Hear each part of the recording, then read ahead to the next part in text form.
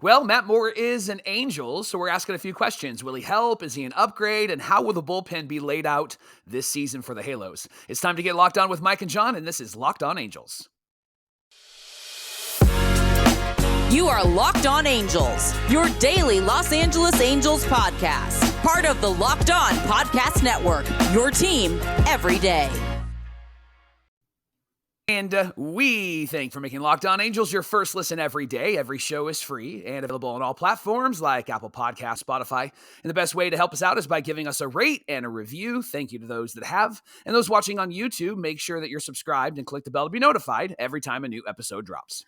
Happy Tuesday to you, and thanks for being here with us for this episode of Locked On Angels, where it's your team every day. You've got the Frisch Brothers here with you, a.k.a. the Super Halo Bros. My name is John, and that's my brother Mike. And my name is Mike, and that's my brother John. Well, Mike, it happened once again. You know, we convinced ourselves that Matt Moore would be a great addition to this team, and the Angels went out and got him. Spring training is in full swing. There's tons of news, tons of updates. Yeah. But the biggest thing that we want to talk about today is the fact that Matt Moore has been signed to this team. Will he help us? Is he an upgrade to the bullpen? How's the bullpen going to be laid out this season?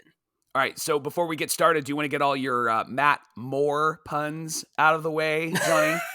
How dare you? How dare you? It wasn't like I was going to say that we're going to get more wins because of him. He's going to hold the lead more times than we did last year. We need more lefties in this bullpen.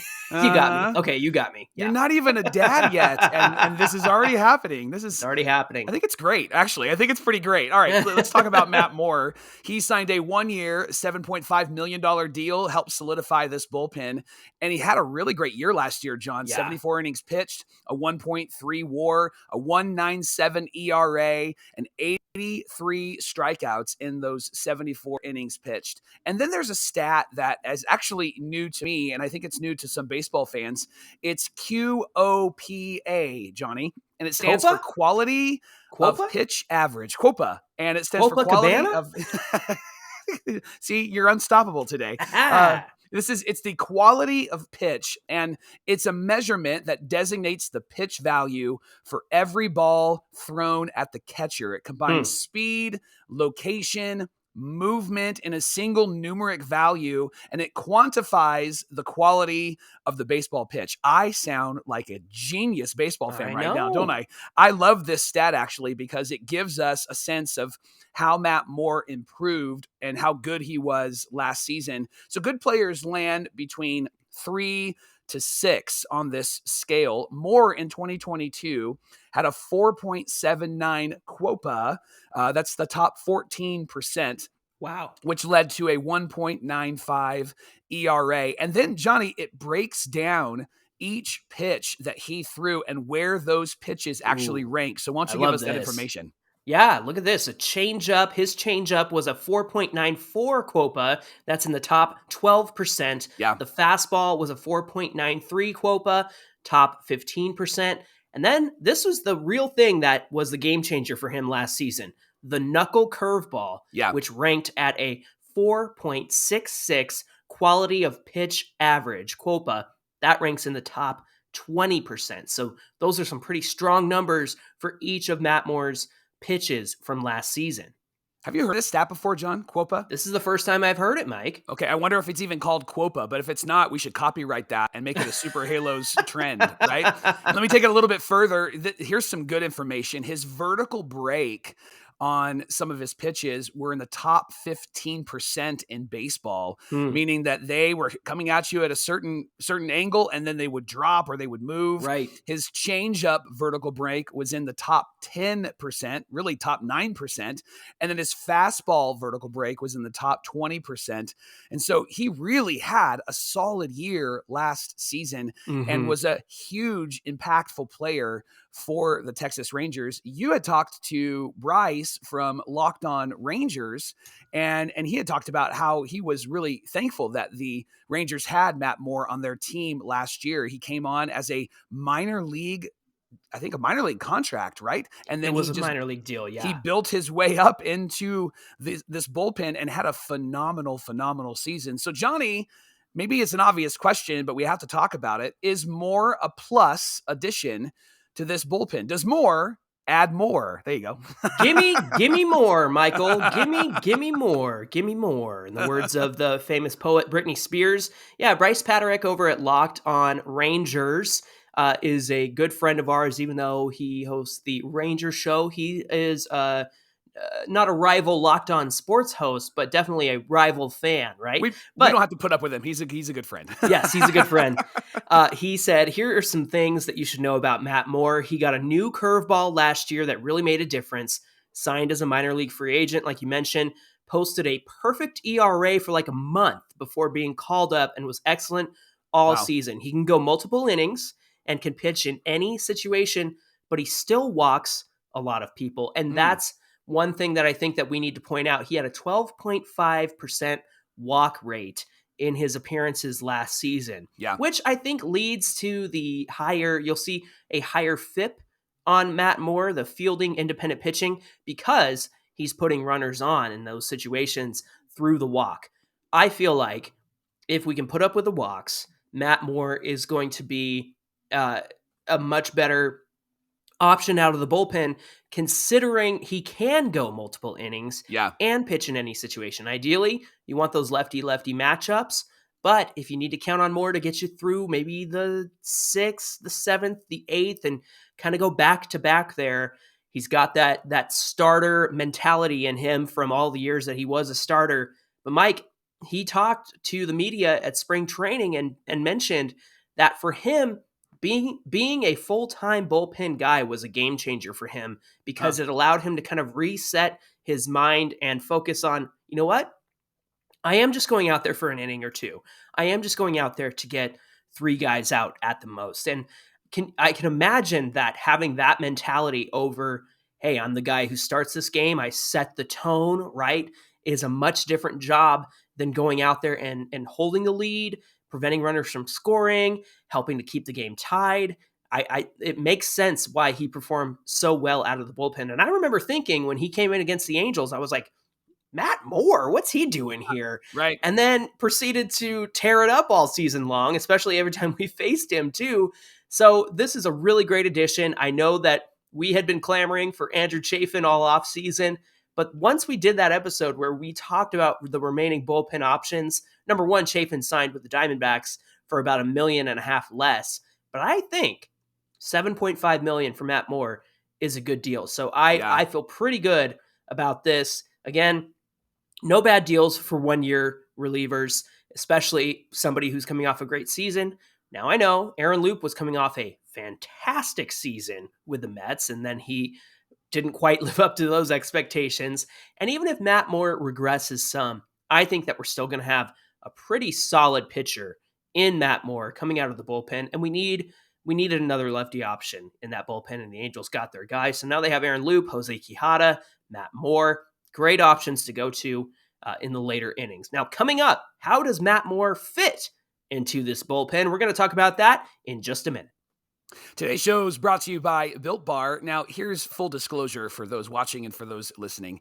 John and I are grateful for the sponsors of this show.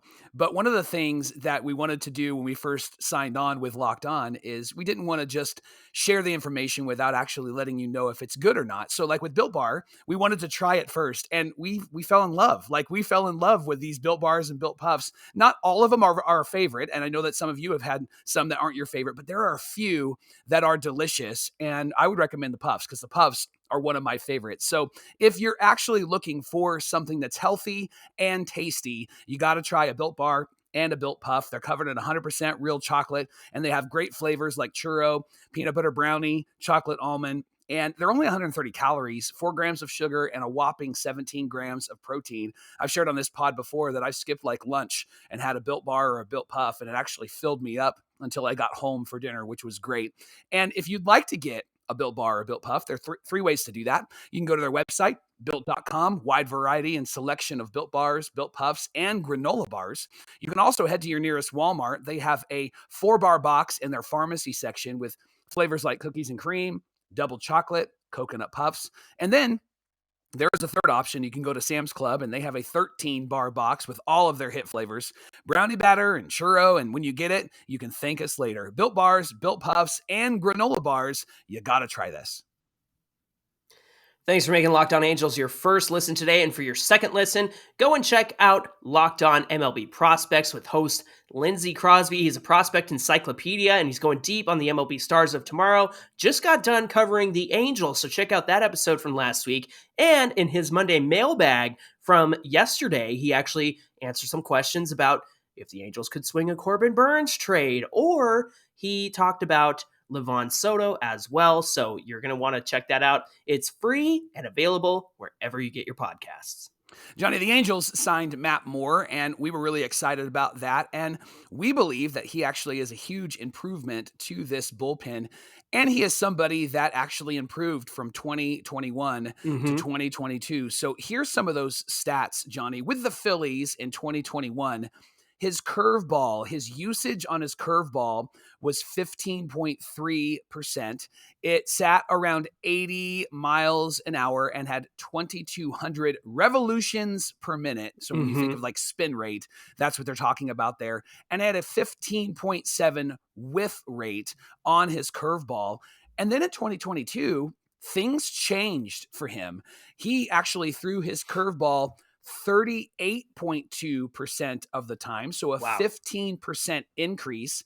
And he actually added 3 miles an hour to his curveballs. So instead of 80 miles an hour, it was 83 miles an hour. And then here's what's really important about like the spin rate. It was 24.34. Now remember, in 2021, it was 22.03. So he added a good like 200 RPMs to his spin rate. Yeah. And the spin rate's really important because the amount of spin on a pitch, it changes its trajectory. So the same pitch thrown at the same velocity will end up in a different place depending on how much it actually spins. And so that's actually a really good thing. And he really improved that in 2022. And his whiff percentage on his curveball was almost 30%, more than doubled in his strikeout pitch with that curveball.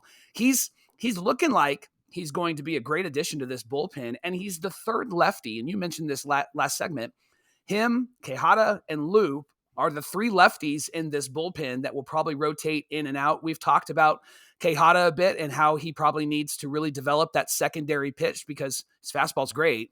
However, when you pick up on that, you're gonna rock him. He's gonna get rocked. And then of course we're looking for a bounce back season from Loup. And the stat you shared on Monday's show was so great that when he does much better when he has the bases cleared and he has a clean inning. And so Phil Nevin seems like the type of guy that's going to set these guys up to win. And so Johnny, just your thoughts on how you think each of these guys will be used in the bullpen, and what do you think is the best way forward as we look at the season, where they're coming in, starter goes 5, all of that conversation. Give me your thoughts. Well, the first thing is Matt Moore simplified his repertoire in 2022. He was throwing 4 pitches. I believe it was a slider, something. He had a 4th pitch. So the fact that he's relying on that fastball, the change, and the curveball really helped him hone in on what he does well. And as you discussed, that curveball more than doubling in RPMs and whiff percentage, man, is just incredible. So more guys are swinging and missing on that curveball, and that's exactly what you want out of an off-speed pitch like that. Mike, out of Loup and Quijada and Matt Moore, I think Matt Moore is going to be the lefty. I think he's going to be the guy that they go to for those lefty matchups. Maybe Aaron Loup will be the secondary guy if Matt Moore pitched the night before or 2 nights in a row, or maybe he went 2 innings the night before. I think you can go to Aaron Loup in the veteran. And then Quijada, this gives him a chance to be the flamethrower and give guys a different look than Matt Moore's changeup, curveball, things like that. Obviously, he's going to throw harder than both Aaron Loup and Matt Moore. So you have a variety of lefties here that all give different looks to the batter, and they're going to have to play catch up on the fastball. They're going to have to be patient on the Matt Moore curveball. And like you said, Quijada adding a secondary pitch. I know that he was throwing the changeup last season, and that really needed to improve, and hopefully he works on that in spring training, and he's been working on that over the offseason. But man, you've got a lot of different looks because you think about Aaron Loup, he's got that side arm slot too. So yeah, you're giving hitters a bunch of different looks. They don't know where the ball's coming from. And like you said, Matt Moore's vertical drop is challenging to hitters. And so you've got him throwing in that nasty curve. You got Aaron Loup with that side slot. You've got Quijada flame throwing. I really love the variety among these three guys. But what are your thoughts? I agree with you on Matt Moore. I think that he's going to be the guy that we'll probably see more often because he can go, and he has shown to go more than just 3 batters. Like he can go an inning, perhaps even go 2 innings if necessary. I think that we found last year that when Aaron Loup goes an inning, that's when he's the most successful. And I think what we found last year with Quijada is that when he goes just 3 batters, that's when he's the most successful. Meaning that even if he doesn't get out of the inning, it might be wise to just let him go 3 batters before they figure him out and then bring somebody in. I get that it's not a clean inning for that person you're bringing in, but I think Quijada is most effective when he's not having to face too many batters and they don't get so much tape on him. And they don't have all of this technology on him. Obviously, as the season goes on, they can kind of gather that. But I think immediately when he comes in, he can throw the fastball and then throw them off with his off-speed pitch. But you're right. I think that Matt Moore is going to carry some of these innings. I could see him not being I'm going to come in at this inning sort of guy. I could see him being the guy that comes in maybe in the 6th inning, right? Or in the 8th inning. I think Loup is going to be a guy that we'll use to set this bullpen up and set whoever the closer is up, along with Ryan Tepera.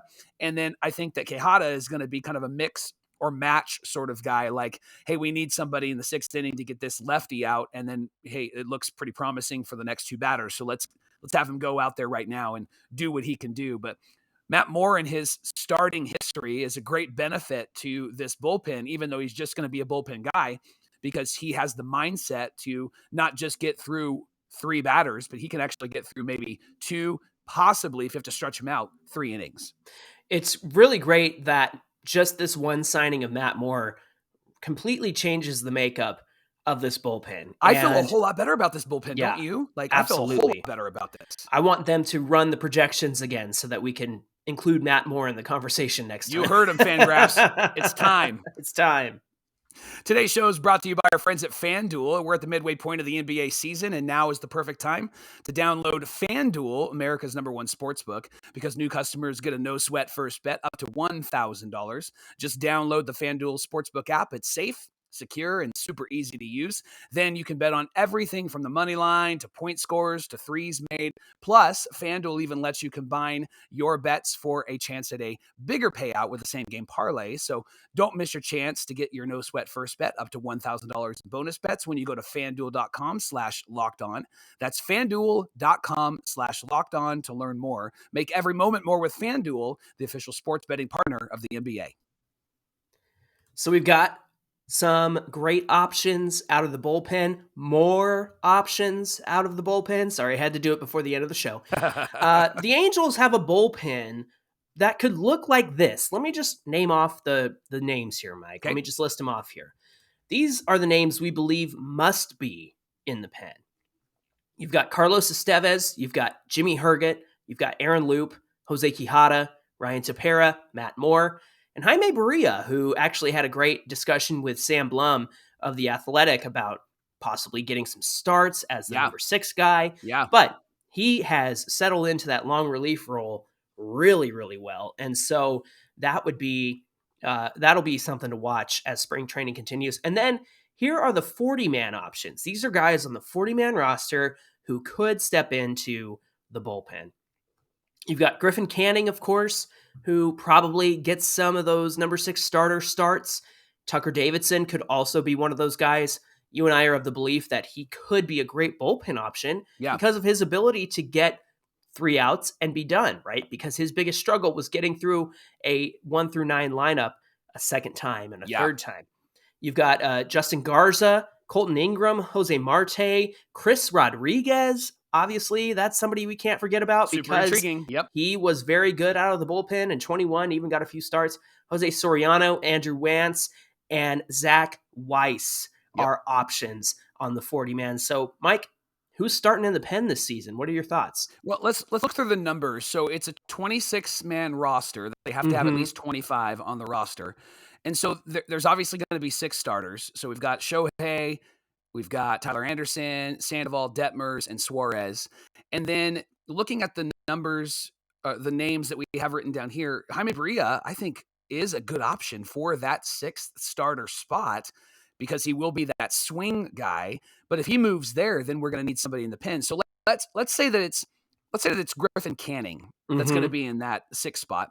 So then Barria's in the bullpen. I think the guys that you have listed here are great. These are 7 guys. I think Estevez is probably going to be the closer. Herget's probably going to be an end of the game guy. So that's 7 guys there, which leaves us about 14 players. I wonder, that would give us 8 starters and then 6 bench players. I wonder if they're going to move one of those bench roles over to the bullpen, because I look at like a Chris Rodriguez or a Zach Weiss as somebody super intriguing, John, for this bullpen, because Weiss, I think, kind of showed us something at the end of last year, and we're all really high on Chris Rodriguez. And so if I'm just guessing here, I'm thinking that they're going to probably move Barria into that 6th starter spot just because he's healthy, and Canning still, there's some questions there. Got a great quote from him that we'll share with you later this week. And then when the bullpen comes in, I think that maybe for the bullpen, we have a Rodriguez, maybe a Weiss, and I think maybe a Davidson as kind of the long reliever. And then we move one of those bench players over. So that gives us like 8 starters and 5 bench players. That's where my gut's at right now. How do you see it? Well, you have to consider that number 6 starter is not going to be needed like through the first 3 weeks of the season, right? We're not going to need him for a while. Now, that could change in one respect, and that's if they want Shohei to start on opening day and the home opener, they would need a number 6 starter. So keep that in mind. However, they have the advantage of having kind of that swing guy, somebody who can be sent down to AAA to bring up another bullpen arm. So if that's the case, and it's somebody like Griffin Canning or somebody that has moves, we'll probably see them with the team makes sense. Down in the minors, back up with the team so they can get that 6th start. And they're going to take advantage of the fact that they're essentially going with a 5-man rotation. But only when they need a number 6 starter. Someone to with bring options. Somebody up. Yeah, it'll be somebody with options. And here's what I think will happen. You'll have Jaime Barria pitch out of the bullpen. And then about the time that a 6th start is coming up, you could have him do it. And then once he's done that, you could send somebody else down and bring somebody else up to kind of take his spot in the bullpen, because he is out of options. So he can't go down. Neither can Tucker Davidson, right? So you'll want somebody to replenish the Jaime Barria start/long relief spot. And you'll have to carry him on the team, even though he can't be pitched in the next game or the game after that or something like that. Right. So all of that to say, I think we're going to see a lot of up and down moves from the Angels, and sometimes we'll probably be like, what's going on? Who's up with the team now? But gonna be an elevator, right? Yes. This encourages me though, Mike, because all of these names that we've listed, and we haven't even talked about like possible AA names like Ben Joyce or Eric Torres. Yes. We haven't even talked about those options too. So that's what I'm intrigued about, is as the Angels get, cute with the roster and have to move pieces around, I think they're going to it's going to serve them really well to move some guys around and really take advantage of the fact that they are running Shohei out there every 6 days instead of every 6 starts. And that gives them the option to be flexible. And we'll see more of these arms get chances out of the bullpen. I feel really good, especially with this Matt Moore addition. I think we've really solidified a good bullpen this season. And I think with Phil Nevin in charge, I think we're going to see some better bullpen management in 2023. Well, thanks for making Locked On Angels your first listen every day, and now make your second listen the Locked On MLB Prospect Show with our friend Lindsey Crosby. He's going deep on the MLB stars of tomorrow, and his podcast is free and available wherever you get your podcasts. Hey, be sure to follow us at Locked On Angels on Twitter and at Super Halo Bros on Twitter and Instagram. We'd love to hear from you there. Mike, we've got a great show tomorrow that we're very excited about. What are we doing? We have a special guest. Sarah Valenzuela from the LA Times will be joining us. She's a great follow on Twitter. She's at spring training right now, and she's going to be sitting in with us and giving us all of the details. She's going to tell us when Shohei Ohtani signs his extension, right? No? Right. Okay. Yeah, but she's going to help us to feel better about the conversation that has been taking place. So looking forward to having Sarah on the show. That's tomorrow on Locked On Angels. All right, friends, we hope you'll come back and join us for that interview. In the meantime, my name is John, and that's my brother Mike. And my name is Mike, and that's my brother John. Thanks for being here with us. That's going to do it for this episode of Locked On Angels, and we'll see you back here tomorrow.